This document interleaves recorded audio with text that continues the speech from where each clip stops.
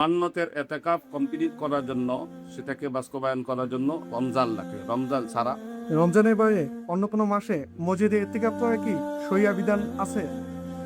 আপনি বা আমরা অনেক মসজিদের মধ্যে দেখে থাকি, মসজিদের মেইন গেটে লেখা থাকে মসজিদে ঢুকার 5টা আদব বা সুন্নত। এর মধ্যে একটা হলো মসজিদে ঢুকার সময় এতেকাফের নিয়ত করা।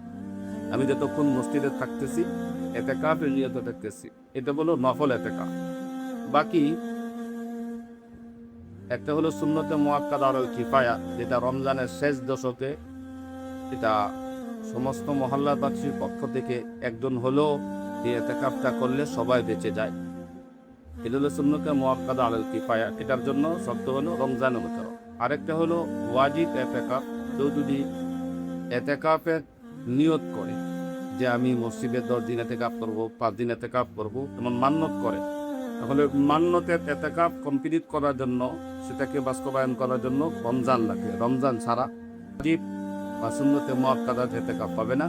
রমজান ছাড়া বাকি সময় মসজিদে যে এতেকাফ হবে এটা নফল এতেকাফ বলে গণ্য হবে, ব্যতীত হবে।